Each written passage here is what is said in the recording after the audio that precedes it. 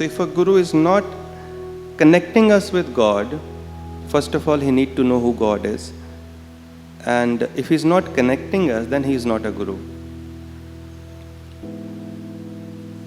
So Romaharshan Sutta was setting the wrong example. When more is given, more is expected also.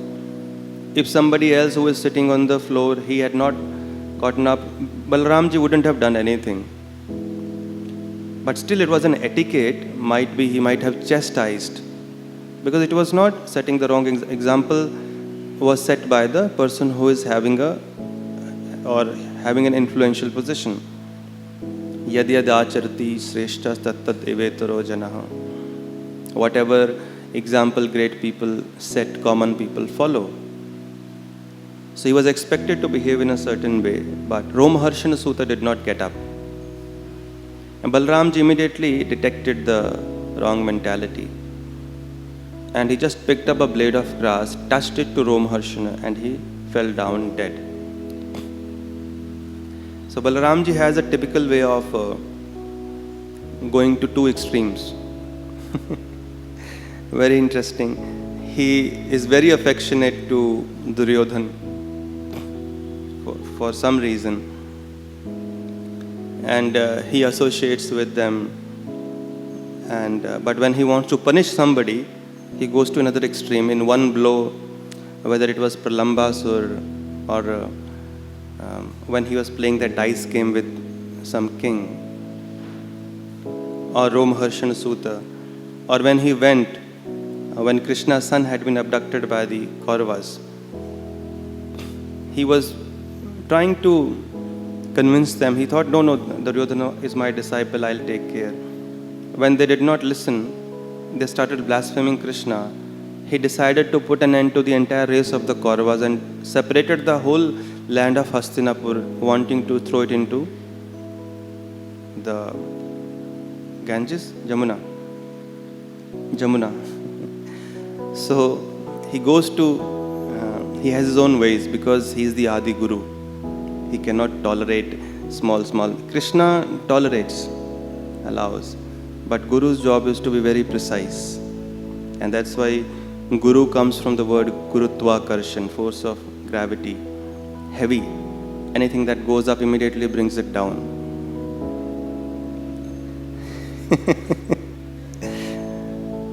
So the names have been chosen accordingly.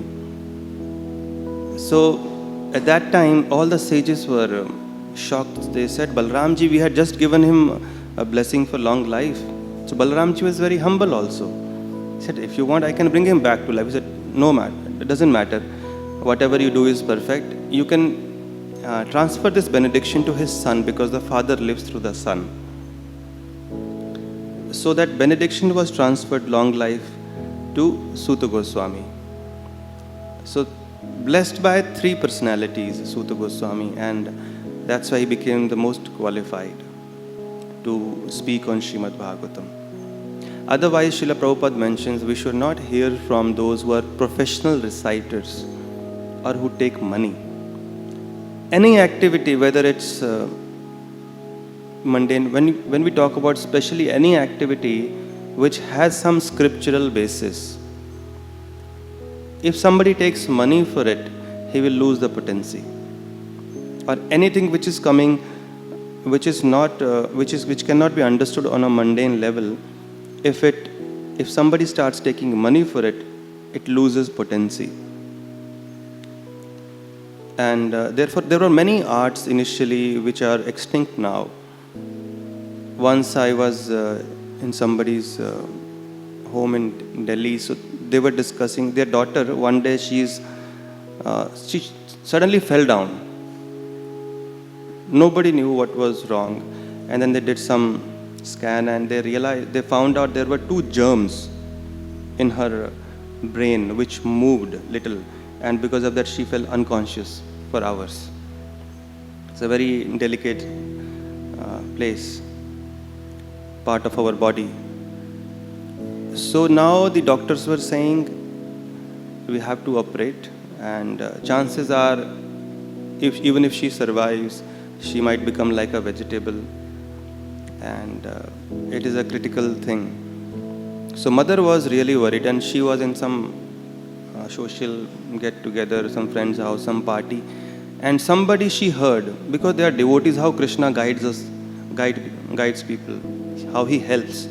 In that party, she overhears somebody, one lady talking to the other about the same problem, and how there was somebody in Rajasthan who took those germs out. Immediately she turned to her and she took the address. They went, and when they went, they had to wait for some time, and this person had that vidya, that knowledge. So the daughter was put on mother's lap, and so his way of doing it was, he would fill the ear up with water, and then he would play some flute, some sound. And in front of their eyes, the mother said, I saw 2 germs actually coming out from here, and he put them in a bottle and showed it to us. It took half an hour. So the mother was really impressed. Everybody was happy. The villagers said actually his father used to only take 5 minutes. But because his son has started charging, he's taking money, so now his potency is little less and he takes like half an hour now. He started taking money. So anything which is, you can say, which is on a subtle platform, which materially we cannot provide any explanation to, these vidyas are there, mystic powers and all. But if somebody starts charging for them, then they lose potency. So when they came back, the doctors did the scan, they were shocked. Okay, where did these 2 germs go? So Prabhupada highly recommends here. He basically, Sanatana Goswami has also said, Avaishnavo mukhod girnam putam hari kathamritam. Never ever hear even Hari Katha or Hari Naam from somebody who is not a Vaishnava, not a devotee. There are so many professional singers, professional reciters. People have prayer meets and they call some professional singers and they do some bhajan, they think that's done. The whole effort goes in vain. You put in so much money, you put in so much effort, and no benefit to the person who has passed away. Because Krishna does not manifest himself through non-devotees or professional reciters or singers. They may sing the most melodious bhajans, but the spirituality will be zero. The spiritual potency will be zero. So therefore it is recommended, it is again and again mentioned that never ever hear from anybody who is not a devotee.